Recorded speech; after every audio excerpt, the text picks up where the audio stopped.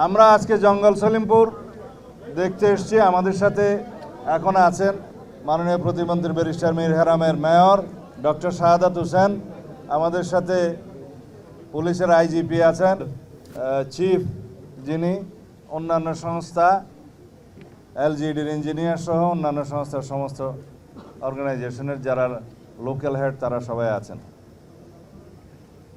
বিগত 17 বছরের দুর্বৃত্তায়নের রাজনীতি অথবা রাজনীতির দুর্বৃত্তায়ন যাই বলি, তার মধ্য দিয়ে রাষ্ট্রের মধ্যে দুর্বৃত্তের রাষ্ট্র গঠিত হয়েছিল। সেটার একটা নমুনা হচ্ছে এই জঙ্গল সলিমপুর। আমরা দায়িত্ব গ্রহণের পর 1 মাসের মধ্যেই চট্টগ্রামে কিছু সন্ত্রাসী কার্যক্রম লক্ষ্য করেছিলাম।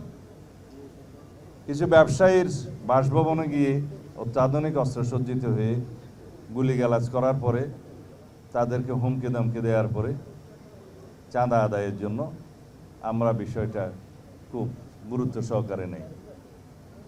তখনই আমরা সিদ্ধান্ত নিয়েছিলাম তাদের অভয়ারণ্য আগে নষ্ট করতে হবে। তার অংশ হিসেবে মার্চ মাসের 9 তারিখ মনে হয় আমরা এখানে একটা যৌথ অভিযান পরিচালনা করি। এখানে আমাদের পুলিশ, র্যাব, বিজিবি, সেনাবাহিনীর সমর্থন নিয়ে আমরা একটা ব্যাপক তল্লাশি অভিযান চালাই। কিছু অস্ত্র উদ্ধার হয়েছে এবং কিছু সন্ত্রাসী আটক হয়েছিল। তবে আমাদের লক্ষ্যমাত্রা অনুযায়ী আমরা সেটা করতে পারিনি, কারণ কোনো না কোনো কারণে হয়তো এই তথ্যগুলো ফাঁস হয়ে যাওয়ার কারণে তারা আগে থেকে সাবধান হয়ে গিয়েছিল বলে আমার মনে হয়। যাই হোক, এখানে যে সিসিটিভি ক্যামেরা বসিয়ে বিভিন্ন পাহারাদার বসিয়ে যেভাবে এলাকাগুলো তারা নিয়ন্ত্রণে রেখেছিল সেগুলো ভেঙে দেওয়া হয়েছে। কিন্তু আমরা অবাক হয়ে গেলাম যে রাষ্ট্রের বিরুদ্ধে চ্যালেঞ্জ ঘোষণা করার মতো সন্ত্রাসীদের দুঃসাহস কিভাবে হলো। তারা এই রাস্তা কেটে ভেকু নিয়ে এসে, বুলডোজার নিয়ে এসে র্যাবের আন্ডার কনস্ট্রাকশন ক্যাম্প ভেঙে দেওয়ার সাহসটা কোত্থেকে পায়, তাদের সাথে কারা জড়িত, এই জায়গার জমি দখলের সাথে কারা জড়িত, এগুলো আমরা এখন ফাইন্ড আউট করেছি। আজকে 12টার সময় আপনাদের সাথে বা 12টার পরে কথা হতে পারে, আবার সার্কিট হাউসে আমরা একটা সমন্বয় সভা করব সকল বিভাগীয় প্রধানদের নিয়ে। এখানে কিছু আমরা বাস্তব চিত্র, ড্রোন চিত্র, সড়ক যোগাযোগের চিত্র এগুলো দেখেছি। কিছু সরকারি সিদ্ধান্ত জানিয়েছি যেগুলো বাস্তবায়ন হবে। সলিমপুর ইউনিয়ন পাশে সীতাকুণ্ডের সাথে যোগাযোগ, ভাটিয়ারির সাথে যোগাযোগ, হাটহাজারী বাইপাসের সাথে যোগাযোগ এবং চট্টগ্রাম কক্সবাজার মহাসড়কের সাথে যোগাযোগ কিভাবে স্থাপন করা যায়, কিভাবে রোড নেটওয়ার্ক স্থাপন করা যায়, এবং এখানে আমাদের যে পুলিশের জন্য, বিজিবির জন্য, র্যাবের জন্য, অন্যান্য বাহিনীর জন্য এবং সেনা নিবাসের জন্য কি কি ফ্যাসিলিটিস ক্রিয়েট করা যায় সেই বিষয়ে আমরা কথা বলেছি, এগুলো পরিকল্পনা করছি।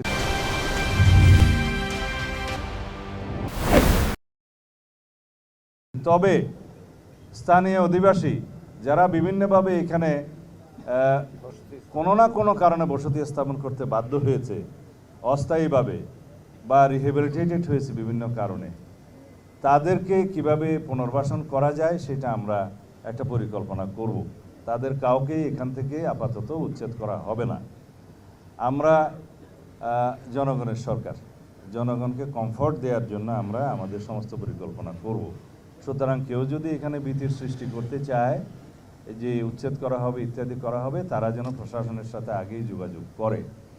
এখানে কারাগারের একটা স্থাপনা অনেক বছর আগের থেকেই ঝুলে আছে, যেটা চট্টগ্রাম কারাগারকে শিফট করার, সেইটা একটা খাস ল্যান্ডের মধ্যে বাইজুদ লিঙ্কের আশেপাশে, যেখানে এখনও আবাস নাই, বসতি নাই, সেই জায়গাটা চিহ্নিত করে সেটা মোটামুটি ডিমার্কেটেড করা হয়েছে। জেলা প্রশাসন সেটা ব্যবস্থা নেবে বুঝিয়ে দেওয়ার জন্য। এটা প্রশাসনিক অনুমোদন অনেক আগেই দেওয়া হয়েছে। আপাতত এইটুকু আমরা আপনাদের সবার সহযোগিতা চাই। এই আলীনগর, জঙ্গল সলিমপুর এই জায়গাটা আর কোনো বিচ্ছিন্ন সন্ত্রাসীদের এলাকা থাকবে না, অভয়ারণ্য থাকবে না।